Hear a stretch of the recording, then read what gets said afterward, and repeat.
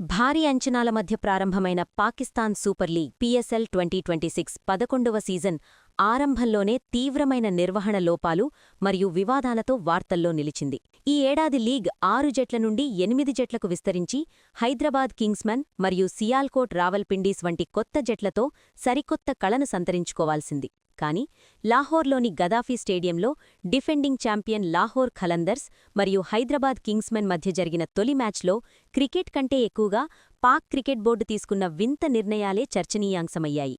Iran-Israel యుద్ధం కారణంగా ఏర్పడిన ఇంధన సంక్షోభాన్ని సాకుగా చూపి స్టేడియంలోకి ప్రేక్షకులను అనుమతించకుండా ఖాళీ కుర్చీల మధ్య మ్యాచులు నిర్వహించడం అభిమానులను తీవ్ర నిరాశకు గురిచేసింది.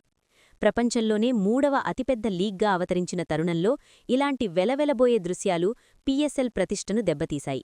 మరోవైపు PCB అనుసరిస్తున్న VIP కల్చర్ మరియు ప్రసారాల్లోని కృత్రిమత్వంపై సోషల్ మీడియాలో ట్రోల్స్ వెల్లువెలుతున్నాయి.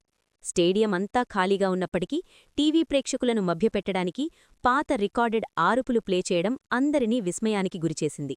సామాన్య ప్రజలకు స్టేడియంలోకి ప్రవేశం లేదని చెబుతూనే పంజాబ్ ముఖ్యమంత్రి మరియం నవాజ్ షరీఫ్, PCB చైర్మన్ మొహ్సిన్ నఖ్వీ వంటి ప్రముఖులు మాత్రం ప్రత్యేకంగా స్టాండ్స్లో కూర్చుని మ్యాచ్ను వీక్షించడంపై అభిమానులు మండిపడుతున్నారు.